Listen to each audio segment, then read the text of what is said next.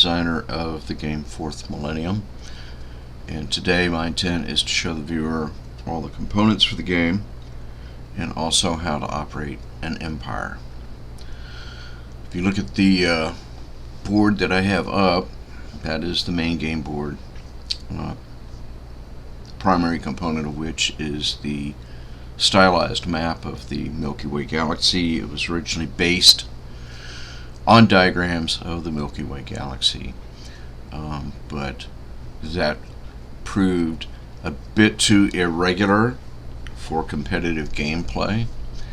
So what I've done is rendered the map symmetrical along the three axes that you see the white lines delineate, and also through a fourth horizontal axis.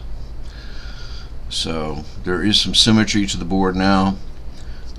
There aren't quite as many nooks and crannies as there were with the original map. The map is composed of 40 columns and 36 rows of 8/10 inch hexes across the flats. The board overall is 36 by 30 inches. In the map, what we see is what Fourth Millennium still calls terrain. You be the judge of whether that's the case or not. But as you can see from the key over here on the right, there are 4 different levels of cells, and what those levels represent is relative stellar density, from the least dense in stars, which is primarily intergalactic space in the dark black, and is called level 1, up to the highest density, the actual stellar arm hexes that are in gold, is level 4.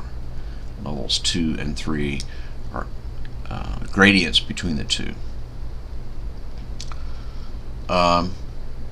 Game turn is in the upper right corner, game turn box. There are enough turns on this game turn box to represent 4 millennia, going up to 7,000 AD from the beginning turn of 3,000 AD. Okay, next is victory point table. 100s, 10s, and 1s. I'm not real crazy about tracks like this because you have too many counters to stack up on each other, but adding a victory point track around the outside of the board would make this quite a bit bigger, probably 36 3/4 by 30 3/4, 37 by 31. Haven't taken that leap yet. Research points is a track that goes from 0 to 35, and this is where each player keeps track of how many research points they have accumulated through what their empire generates plus what they themselves generate on their player mat through their action choices. Since the most expensive technology one can purchase in the game is 35 points worth, I decided that's where the track would end. Okay. Next is player order.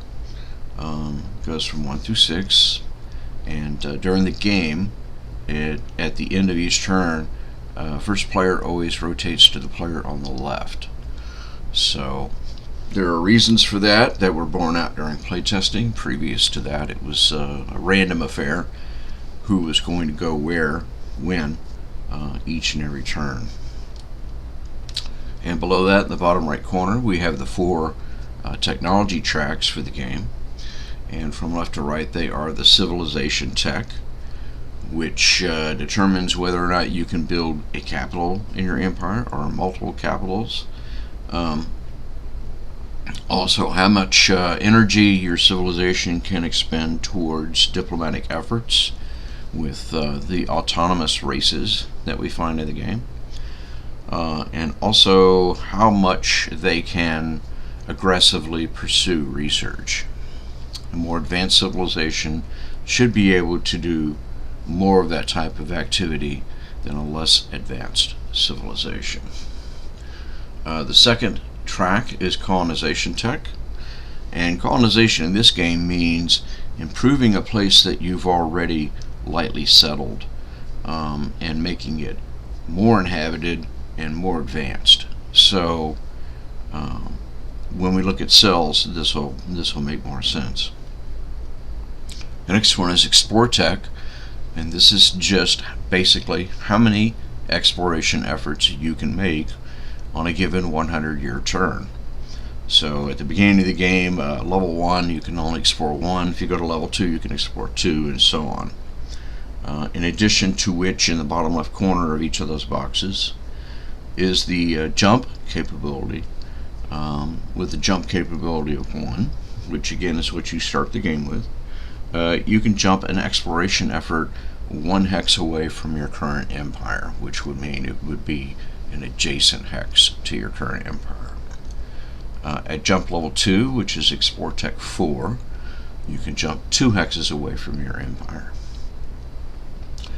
That is going to be the initial requirement for building multiple capitals, is having another set of contiguous cells that are not adjacent to your empire, and that each of those is called a community within your empire, and each community can have its own capital. And since capitals are the best generators of victory points, that's one of the goals, one of the intermediate or long-term goals actually for each empire. The final category is military tech.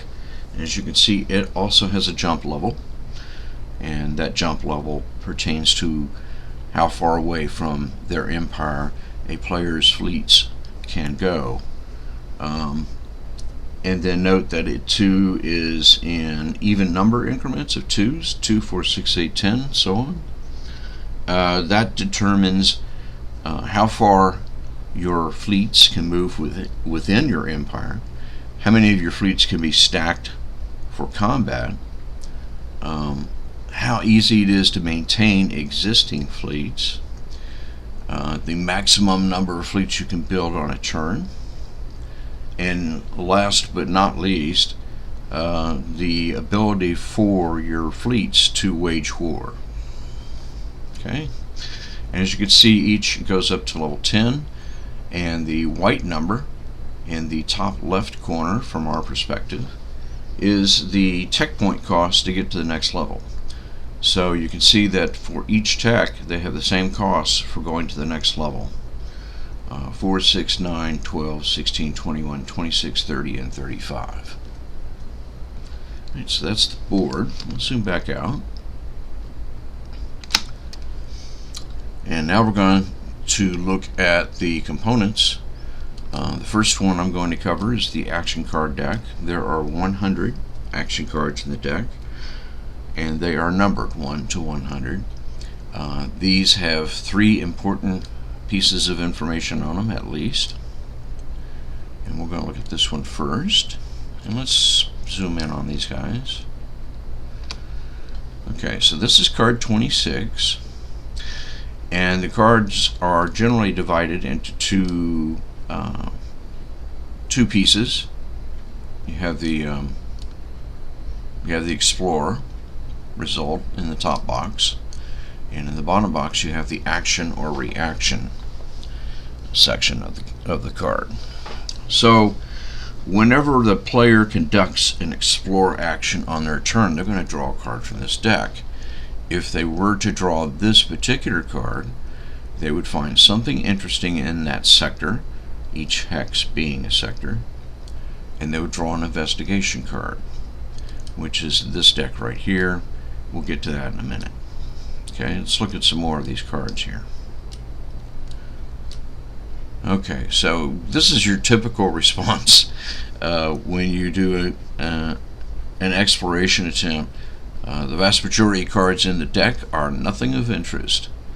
Okay, in this card we see an action below in yellow that's beneficial to the player holding the card. That should they hold this card, they could play later in some other turn and give themselves a bonus. Okay. Here's an orange. This is working out nicely. The odds of this coming out in this order like this. But an orange background for the action is a reminder that this is an effect that is inimical. So you would play this on another player who might be getting a bit ahead of you in the game, and you want to slow them down, put the brakes on. Okay, there's another interesting. Nothing of interest. I'm looking for some cards. Here we go. In the action box, some cards have immediate, and that means that the player drawing this card must deal with this card immediately, even if they have remaining cards to draw. And they particularly have a detrimental effect, although some of them are beneficial. And they always affect the player drawing them. Okay. Here we go. So here's an Explorer result. When you get a gold box, that means that there has been an alien race discovered. We call them ARs in the game. They are races that are different from you, but not represented by other players, or not controlled by other players, I should say. So in this particular case, if this is a 1 or 2 player game, they will discover an alien race. If there are 3 or more players, nothing happens. This is how we scale frequency of alien races showing up. Obviously, if 6 players are doing explorers, they're going to be explorations. They're going to be drawing more cards than 3 players performing explorations. Okay, so that's the action card deck, and this gets reshuffled every turn. And as players grow their empire size, and if we look back at the map, down in the bottom right corner, you're going to see draw limit at Civ Tech 3. So you draw as many cards as your Civ Tech number is until you get to 3, after which you do not draw any more cards than 3 in the game. At Civ Tech level 5, you reached your hand limit size. So when you're at the beginning of the game, Civ Tech 1, you're drawing 1 card a turn, and you can keep 1 card, forcing you to discard anything else you draw. Civ level 2, you draw 2 cards, and you get to keep 2 cards.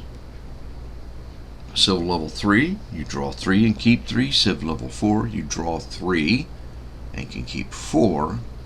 In Civ level 5, you can draw 3 and keep 5. And thereafter, those numbers remain the same. Okay? So let's zoom back out again. Let's look at the investigation cards.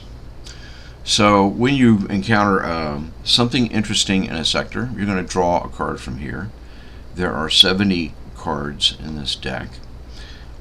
Slightly more than half of them are artifacts. So here's an artifact. Let's zoom in on this.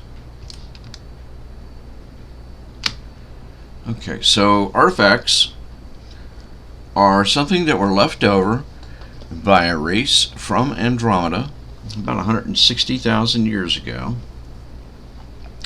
and they're essentially tripwire devices. Every time somebody starts examining or testing or experimenting with one of these artifacts, there's a quantum entangled particle in the Andromeda galaxy notifying this race, this big, nasty, excellent killing machine of a race, that somebody in the Milky Way galaxy is once again trifling with different stars, different planets within the galaxy. Okay, they left these behind for that effect after they had annihilated every advanced life form within the galaxy, because that's what they do. They kind of enjoy it. Okay, so each of these artifacts has a primary color, this one being yellow, and then in the top left corner it tells you how many of that type of artifact is in the deck, out of 70 cards. So with the yellow artifacts, they are 10% of this deck. So that makes them pretty common. In the bottom right corner, you see how many points you get when you turn in one of these cards, two of these cards, or three of these cards. And they must all, again, be matching in color. So with if you turn in one of these, you will get either 3 victory points or 3 research points. You cannot split it up. It has to be one or the other. If you turn in a pair of these, you'll get 7 points, and if you turn in a trio of these, you will get 12 points. Okay. Let's look at some of the other cards. The other little less than half of the deck are event cards. Basically, they tell you an event. Some have no effect, as this one does, or does not. This one is going to help you. So you're going to discover ancient civilizations. You're going to discover ancient battle fleets, shipyards, all sorts of stuff like that. There's about 33 or 32 cards with events like that on them. Okay. Now, when you collect artifacts, they do not count towards your civilization tech hand limit. Okay, these count above and beyond your action cards that you've been keeping. Okay. The third deck and final deck in the game is a 36 card deck of the alien races, the ARs themselves. So let's take a look at one of these. Okay, so this is race number 15 of 36. This is the Ponfar. And on the left below the race number is the box that keeps the counter that shows its current military tech rating. Below that is the chance of them advancing technologically on any turn. In this case, about a 13% chance. Next to that is where fleets are kept, because fleets do not stay on the board if they're not in combat. They go back to a reserve for the AR on the AR's card for the player on the player's mat. To the right of that, we see the starting empire size and military technology level for the various game turns or states during the game. So at the beginning, turns 1 through 5, if you discover the Ponfar during those turns, they will have 2 cells in their empire, and they will have a military tech rating of 6. Okay. To the right of that is the diplomatic status track. What this does is it shows for each race who has become adjacent to the Ponfar Empire what their disposition is towards that player. So the arrow, which is shown in the top green box, indicates the general disposition of the Ponfar. So this is a very friendly race, and as you can see, there are victory points available to those players who have one of the top 2 diplomatic statuses with the Ponfar, friendly or allied. Okay. Below the fleets is the diplomacy box. This is where players can place diplomacy cubes to ameliorate the card draw results shown below that in the disposition column. So every turn there's going to be a card drawn for each autonomous race that's out there, and it's going to be referred to against the disposition table. And the disposition table has 2 results on each type of outcome. So on cards drawn numbered 1 through 37, the color coding for initial encounter indicates that they're going to be allied with you. They're just the best bowling teammates you've ever had in your life. Okay. Subsequent to initial encounter, you'll be using the number on the right, some of which have arrows going up or going down. These dictate whether your relations with that race improve or regress. Okay? If they ever get to hostile, they will attack you. Okay? Not likely with the Pon Farr. You can see your relationship with them only worsens on an action card draw of 96 or higher. It's a 5% chance. They're very friendly. Next to that is a separate card draw done for each AR, which reveals their production. So they're either going to, on a 1 through 30, they're going to colonize no new cells, or create no new cells. 31 through 78, they're going to create one new cell to their empire. They're going to grow by 1. 79 through 93, they're going to grow by 2. 94 and up, they're going to build fleets. But the F/2 means they're only going to build half as many fleets as they otherwise could. Generally speaking, when an autonomous race or alien race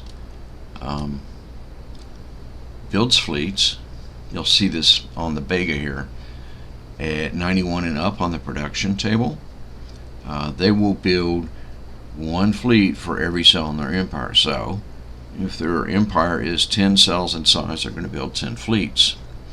If it's an F/2 result, they're only going to build half as many, and they're going to drop fractions, but the minimum fleet build would be 1 fleet.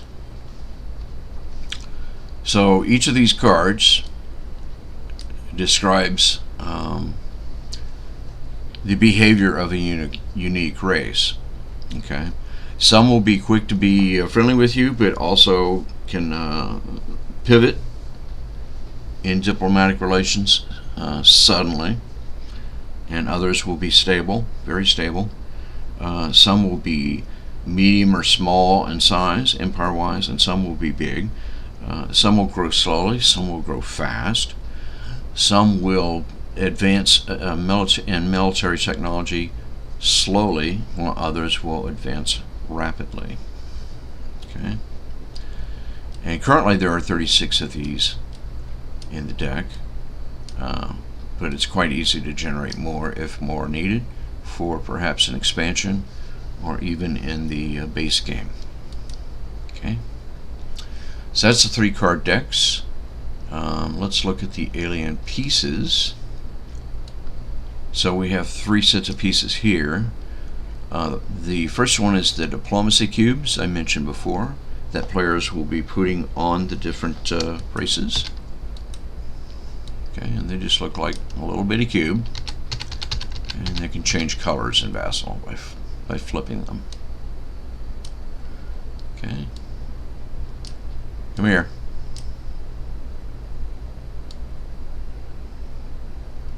Okay, that was fun.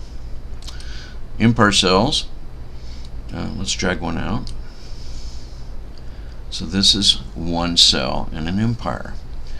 Cells have a random spread, not a random spread, they have a spread of values. So let's see what this one is. This one's a 4. Okay. So you'll see 4s, you'll see more 3s than 4s and more 2s than 3s. The alien capitals are stored here. So that might be what you see for an empire at the beginning of the game, albeit not necessarily in this location. An empire capital, which is always considered a size 5 cell, and then surrounded by other cells in the empire.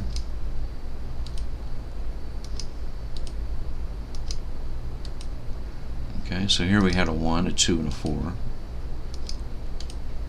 Okay.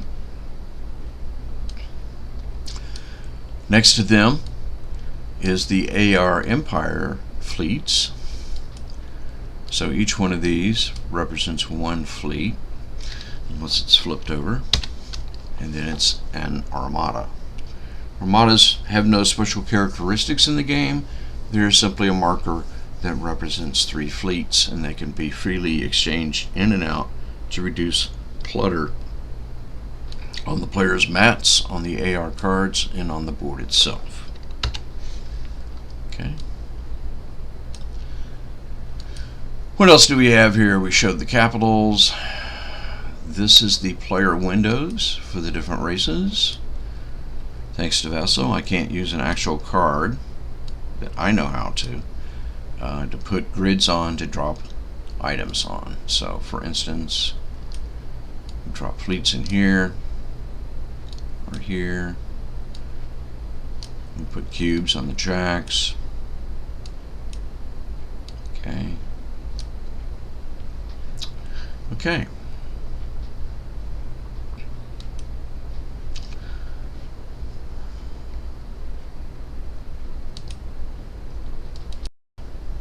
So let's take a look at a player mat.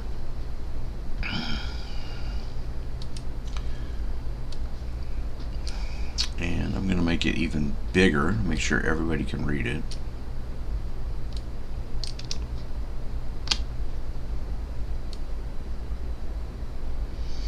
Okay. So as you can see, this is the Terran Confederation. This is the blue player. Whatever color the sequence of play is in is the color of that player's forces. Okay. The capital for a Terran Confederation looks like this, with a star in the center. And then across this we have the same technology levels we found on the board in the bottom right corner: Civ, Call, Explore, and Military. Okay. And the cost for upgrading it to the next level. Okay.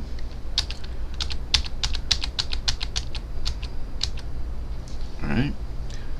This is simply to make things easier to deal with in the vassal module.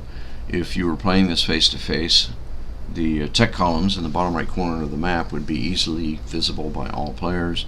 But in vassal, players have a tendency to zoom in and out a lot on the board, in which case finding and looking at the technology boxes in the bottom right can be problematic. So with them on the player mat, they can see immediately what their different tech levels are.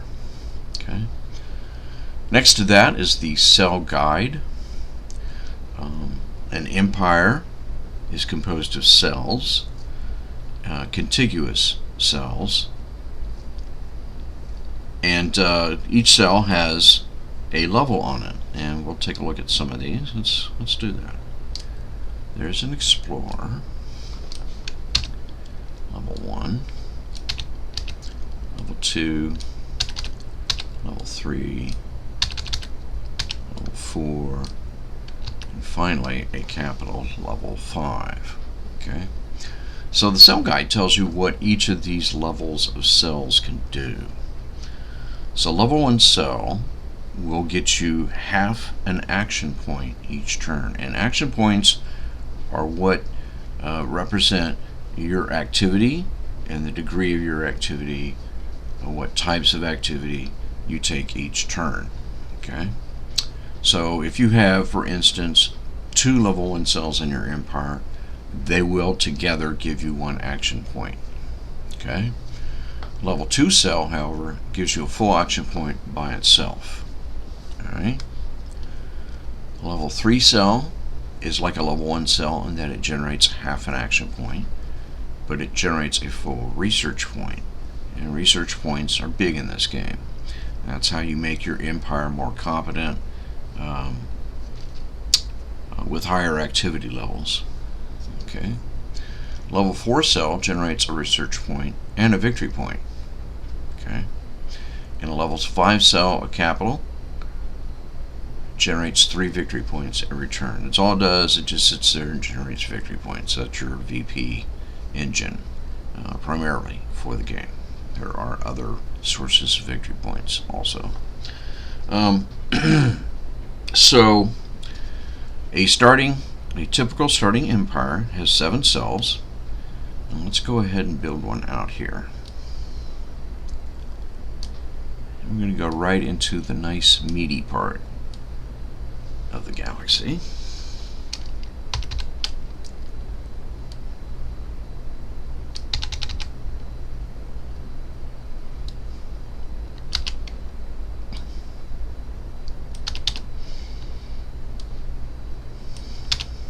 Okay, so this is your standard configuration for the beginning of the game.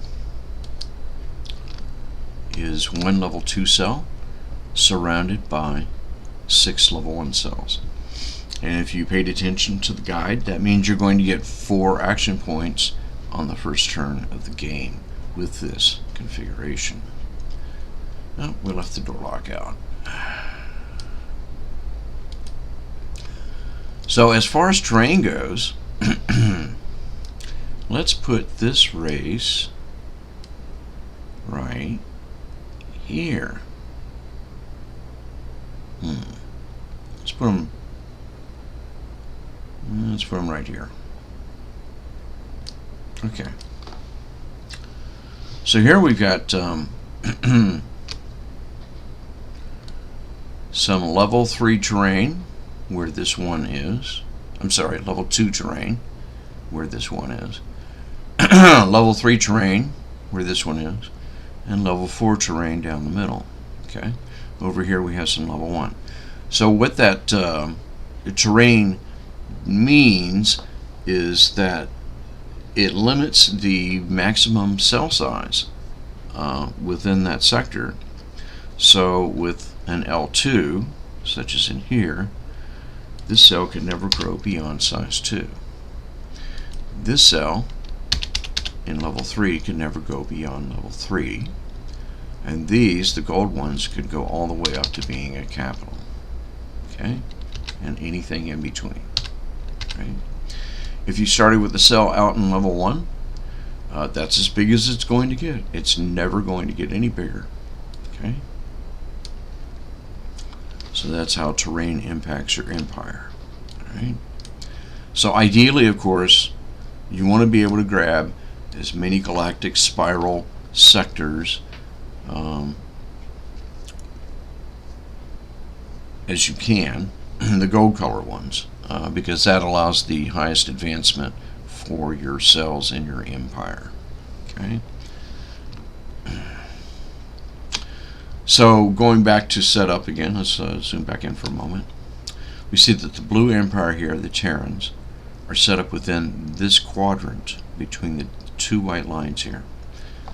Quadrants are defined by those white lines. You can put a piece at the beginning of the game when you're setting up your empire. You can put a piece on a white line.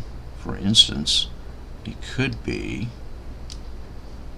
right there, but you could put no further. So this would be this sector here, okay, but he could not go any further without straddling these 2 sectors. All right, so he would set up in a sector. The next player, a quadrant. The next player would set up in an adjacent quadrant to blue. The third player would then set up an empire in a quadrant adjacent to blue or player number 2, and so on down the line. If you're sitting down with 6 people, and if you to play this game, and if you do, I envy you. You're each going to pick a quadrant that doesn't have to be adjacent, because with 6 quadrants and 6 players, all quadrants will be filled. So blue might set up here, orange might set up down here, red over here, yellow down here, and so on down the line until all 6 quadrants are filled. Alright. So going back to the player mat,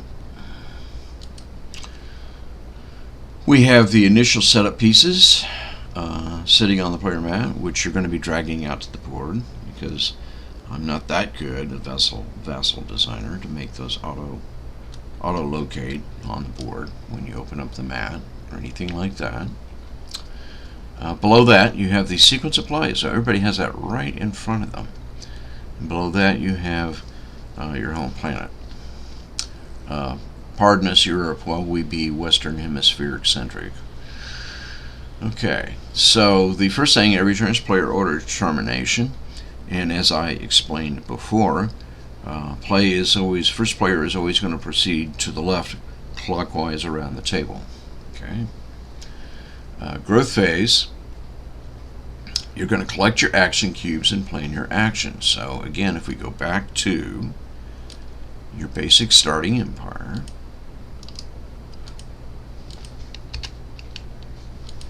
You're going to get 4 action points. You're going to put them in your action point pool. And you're going to allocate these action points amongst these 6 boxes to the right. Now, note that without putting an action cube, 1 or more action cubes in a box, you cannot perform that action during your turn. Note also that in the action phase, which goes in player order, you will be conducting any and all of these that you have action cubes for in the same order that you see the action boxes down here from left to right.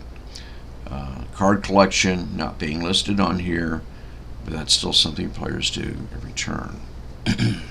Okay. Once all the players have completed their action phase, we go to caretaker actions, and if there are 1 or more autonomous races on the board, that we're going to draw for their disposition, we're going to draw for their production, and then once for all ARs we're going to draw 1 card to see if any of their technology, any of those races' technology improves. Okay. The step after that is combat resolution, at which point ARs first that are hostile will attack adjacent empires, or even empires that are further than adjacent away if their military technology allows them a jump level 2 or higher. After the ARs have moved, the humans can move, and if the humans are attacking a non-hostile alien race that has no fleets built at that time, then that autonomous race will be allowed an emergency fleet build, which is an F/2 result, if you recall that. So they'll build a number of fleets equal to half the size of their empire. It's only for defense, and we are talking about 100-year turns. So the situation is, to my mind, plausible that they would be able to build some fleets while they're in the process of being attacked. Okay. So once you resolve all your combat, you go to victory point and research point collection, and your empire is going to generate most of that, although friendly relations with ARs will also give you additional victory points. Okay. And then after that, in player order, each player has the opportunity to purchase 1 or more technologies. So to improve their civ from level 1 to level 2, they would spend 4 technology points. Okay. This is where the fleets are kept, and when you build fleets, they go into your reserve. It doesn't matter where, you can put them in any box you want them, and you can also make them armadas if it's representing 3 fleets you've built. Okay. Below that is your action cubes themselves. Obviously, in face-to-face playing of this game, you're going to have a little pile of these sitting somewhere, the general supply, and you'll be dragging the action cubes from here out to here. Alright, so let's look at operating an empire. Okay, so we got our 4 points here. There's no point in putting an action point on maintain fleets when you have no fleets. Building fleets is here. Colonize. We're going to do 1 colonize, 1 explore, 1 diplomacy in case we run into bad guys, and 1 aggressive research. Okay. So with our colonize act, we skip the first 2 action possibilities and we go to colonize, and we build 1. We colonize 1 cell. So we're going to make this a level 2. We then explore 1 hex adjacent to our empire, and then we draw a card, and we see that there's nothing of interest here, and so we increase it to a level 1. That's now part of our empire. Okay. Diplomacy would only apply if we encountered an alien race during this turn, or we were already adjacent to an alien race going into this turn. Okay, and then that 1 point of aggressive research is going to go out here on the research points with the token that each player has to count those. Okay, so that's essentially how a turn is handled.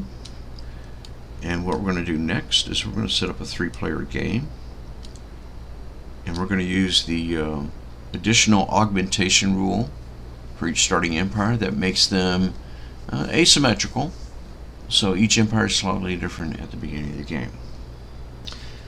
Okay, so we're going to start playing the game here.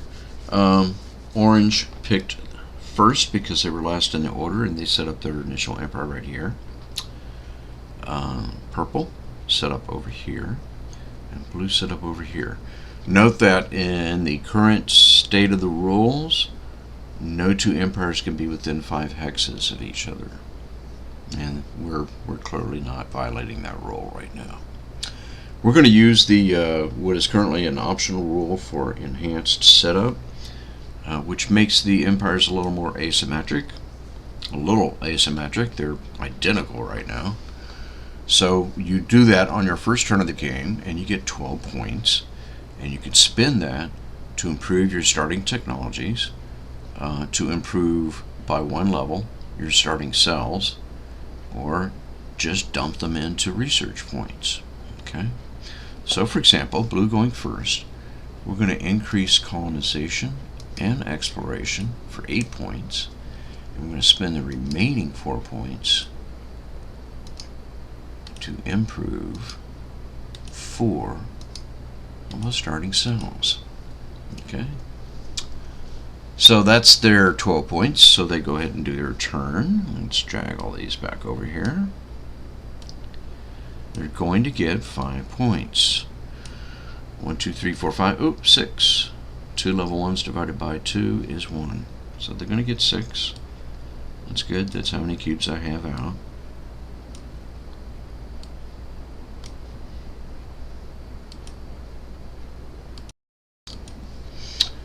Okay, so 6 points. We can do 2 colonizers and 2 explorers, because those are the technologies we improved. And we're going to do 1 research, because that's all we can do with the Civ level of 1. And we're going to do 1 in diplomacy, just in case we run into some bad guys. Or good guys, for that matter. Okay, so we're going to do 2 colonizations. We're going to improve this to a 3, and we're going to improve this to 1, because we gotta love them action cubes. Okay, we're going to do 2 explorers, and note that on your turn, when you conduct any exploration, whether it be 1 exploration or more, at least 1 of your explorations must be adjacent to the most current cells in your empire. Okay, the second restriction being your jump range, which right now is level 1 for blue, so they can only move 1 hex outside their empire. And then the third restriction is you cannot daisy chain. So for instance, that satisfies our adjacency requirement. We're adjacent to 2 cells of our empire, but we could not put another exploration marker where it is adjacent only to an unresolved exploration marker. So we're going to put this one down here, and that looks like a good, well, tell you what, let's do this. We'll put it up here. Okay, so we got these 2. So we're going to do this one first, and we're going to draw a card. Nothing of interest, so that means we just flip it over, and then we do this one. Something interesting. So let's draw an investigation card and see what it is. It's an artifact. Okay, so blue will bring out his card window, and he's going to get to keep this artifact. Now, if he turned it in this turn, he would get 2 research points or 2 victory points. But there are 8 of the white artifacts in the deck, so he might choose to hold on to it until he possibly collects a set of them. Okay. All Alright, so he has 1 point in aggressive research. Diplomacy was a waste. You have no way of knowing that beforehand, though.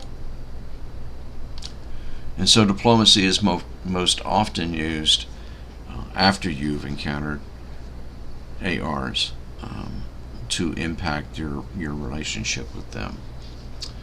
Okay. He got his 1 point of aggressive research, and now he's going to draw a card because his civ level is 1, and that dictates how many cards he can draw and how many he can keep. So this is a nice card. He's going to get an extra research point next turn. Okay. Actually, he's going to get that this turn during the victory and research point collection phase. So rather than trying to remember while I'm explaining this game, I'm going to go ahead and dump that card and give him that point right now. Okay.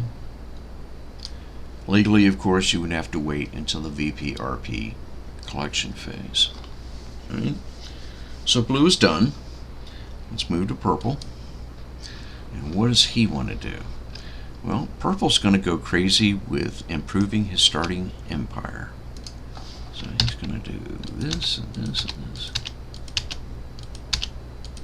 Okay, so how many points is that? That's 7, because there's 7 cells. That leaves us 5 points. Okay?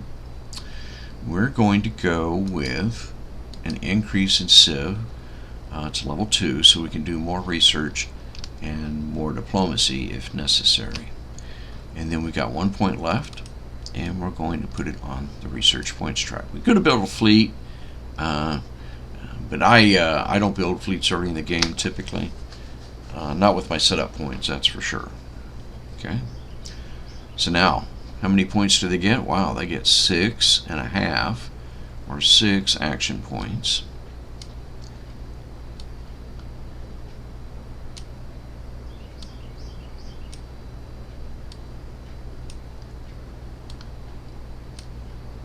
And since we're civ level 2, we're going to go ahead and drop 2 of them in research. And then the rest we're going to do a colonize and an explore. And we're going to build 4 fleets. Because we can put up to 2 cubes in here, because our mill is 2. And each cube builds 2 fleets. So now we're done allocating. So we go into the action phase. And I should state that when you're playing this game face to face, the growth phase is simultaneous. Everybody is picking and allocating their action cubes at the same time. And after everybody's done with that, you then proceed into the action phase and perform that in player order. Okay? So they built 4 fleets. So we're just going to flip this over to an armada, which is 3. So this is 4 fleets sitting here. Okay.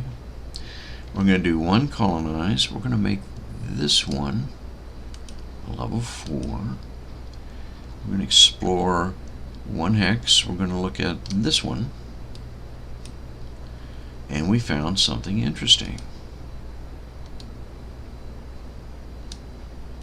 And it's a white artifact. Of course, purple doesn't know that blue has one, and vice versa. So they both think that there are 7 more chances to draw one of those. Okay, so purple keeps that on his card window. And then we go to aggressive research for 2 points.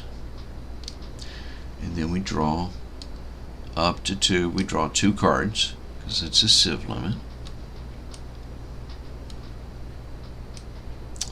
Okay, good and a bad. So the good one, we're going to get an extra action point during our growth phase. And this one is going to topple an opposing player's capital. That could be a while before we could use that. That's okay. Alright, so that's purple's turn. We're going to go to orange. And orange has his 12 points, and you know what? He's going to do this. He's going to use all 12 to increase these 3 technology levels to level 2. Alright, so that means he's going to get 4 action points, 6 ones and a 2.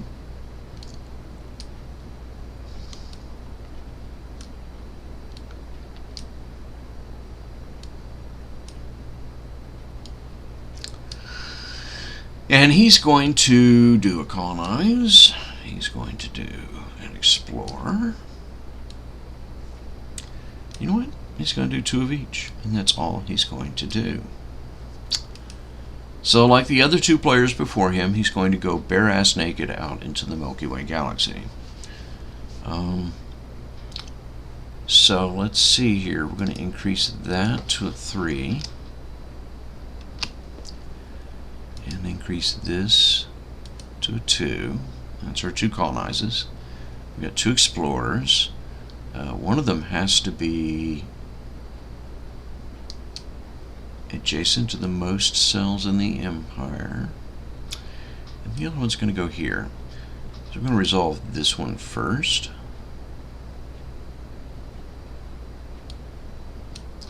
Nothing of interest. And the other. Nothing of interest. Okay. He has no diplomacy. He has no research. Time to draw cards for him, and he draws 2.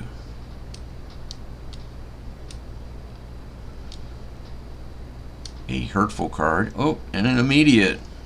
Social lethargy. If your Civ Tech is 2 or higher, and as we can see, Orange's is. This card stays in your hand and counts towards your hand limit until such time as you are attacked by another player or an autonomous force. At that point, show everyone the card, discard it, and immediately draw 5 fleets and put them in your fleet reserve. So this thing just eats hand size until such time that hostilities occur against you. Okay, lovely little card, sucking up hand limit. Alright, so now we proceed to caretaker actions. If there were any alien races on the board, the caretakers would handle their behavior. The caretaker is going to be the player responsible for handling an autonomous race. They become that race's caretaker. You assign caretakers when you encounter autonomous races immediately. So the rules for who gets the autonomous race is A, it can't be the player who drew the race. B, it has to be the player that has the fewer or fewest autonomous races they are caretaker for currently. And the third one is the race farthest away from the player drawing the card. Okay. And we neglected to update this right there. Okay. So anyway, that's Orange's 2 explorers.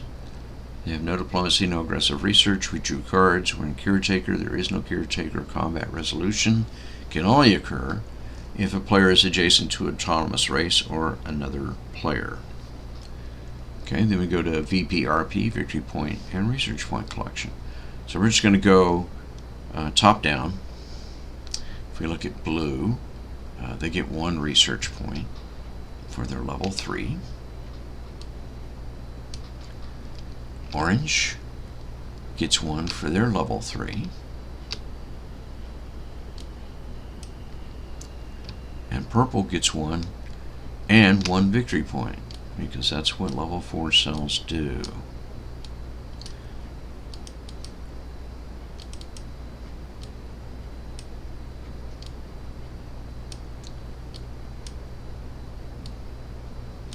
Okay, and 1 victory point.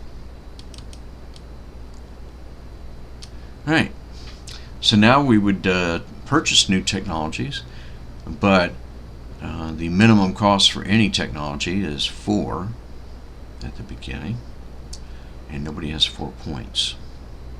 Okay, so we go to turn 2. And I forgot to reflect the starting set up technology improvements. So let's do that right now. So blue is a level 2 here, level 2 here, and level 2 here. Okay, and purple is a level 2 here. And orange is a level 2 for the leftmost 3.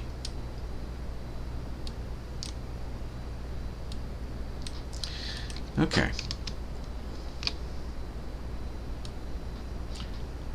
Just so you can see what's going on down there. Alright. Okay. So we go to turn 2. Play passes to the left. We reshuffle the deck. And we start the next turn with purple. Okay, oh. We forgot to flip that one. Okay. So purple is going to get 6.5 action points, which is 6. And they currently have 6 out there. Let's see if we want to change anything. Well, we're going to maintain our fleets, which takes 2 cubes for 4 fleets, because our Miltech level is 2, and each cube can maintain 2 fleets. We're going to do colonize. Just want to double check. Yeah, thought so. He should be at 2. Alright. So we're going to do 1 colonization. And we want to get more research. We're going to do 1 explore. Let's do it right here. Nothing of interest. Okay. Oh! And we played this card during this turn. So that gave us an extra action point. Where do we want to put that?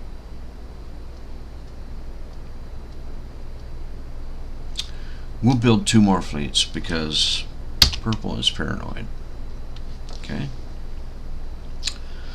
So we've done colonization and exploration. We have no diplomacy. We get 2 points in aggressive research. Okay.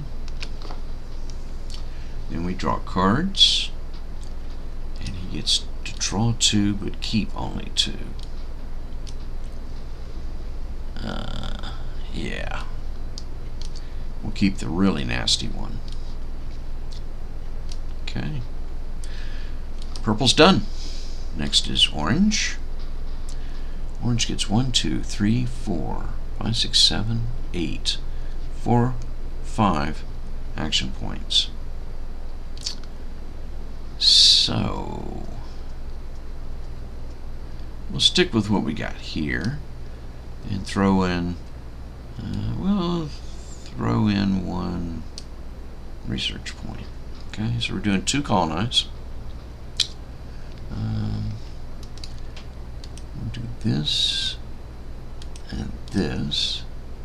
2 explorers. We have to do 1 here because that's adjacent to the most empire cells is 3. And then we can put the other one where we want within reason. I'm going to put it right there. So let's do this one first.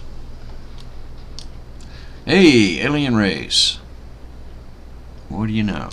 Alright. Who is it? Oh, let's put a reminder out there so I don't lose track of where we put it. Right there. Okay. It's the Moton. Okay, let's drag it over where you can see it zoomed in. So they have a, they're prone to being neutral. That's where the arrow indicates. And they're going to start out as a size 3 with a Miltech level 2. And they are race number 9.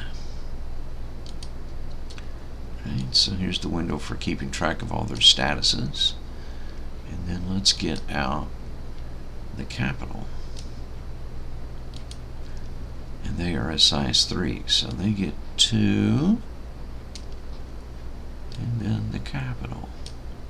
Okay, so when building or expanding an autonomous race, they always must place their next cell as close to many of their own cells as possible. Okay, so we've got the Moton out there now.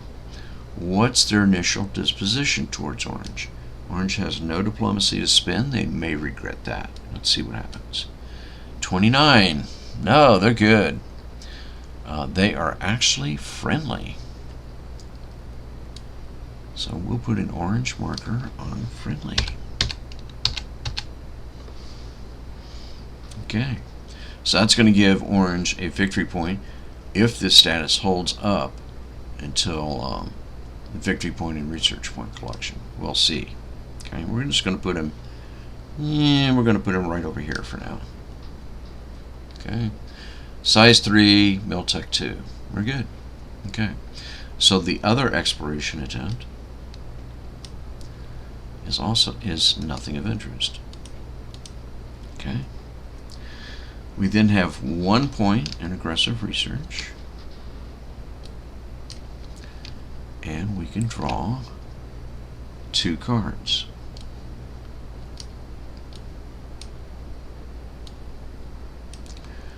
Can't hold that one. Gotta hold this one. So which of these other 2 do we want? We want to keep this one. So we'll discard the bad card. And there is Orange. Okay. So we're done with the players. We'll go to caretaker actions. So this time it applies. So per AR, we draw for disposition. Again, if Orange had a diplomacy cube and he hadn't used it yet, he could use it now. He does not. And so we got a 24, and we look at that, and the Moton are even friendlier. They want to go bowling with us and have parties and all sorts of stuff. Okay. So that's good for Orange. It's very good for Orange. And we have no others. And then we draw for Miltech for all autonomous races. And that is a 25, and he advances on 45 through 49, so his Miltech does not advance. Okay? Go to combat resolution. So Orange, having 2 fleets, could go and attack the Moton, but they're getting 2 victory points from being friendly with the Moton every turn. So who the heck wants to do that, right? Alright, so we go to VPRP, and we're going to go ahead and give Orange his 2 victory points for the Moton. And then we're going to look at each empire and see what it generates. So this blue generates 1 research point. That's all it generates. Orange generates 1 research point and 1 victory point.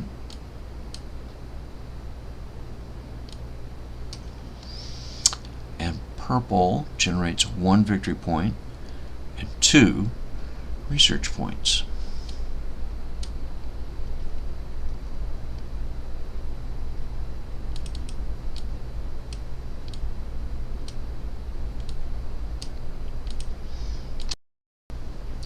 Okay, so now we're at victory point technology purchase, starting with purple, and he has 6 points.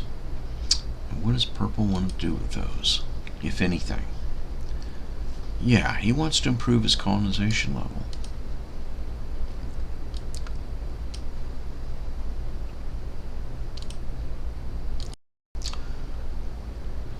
So let's increase it over here. And he's done, and now we go to Orange. Orange has 3 points, he can do nothing. So go to blue. Blue has 4 points.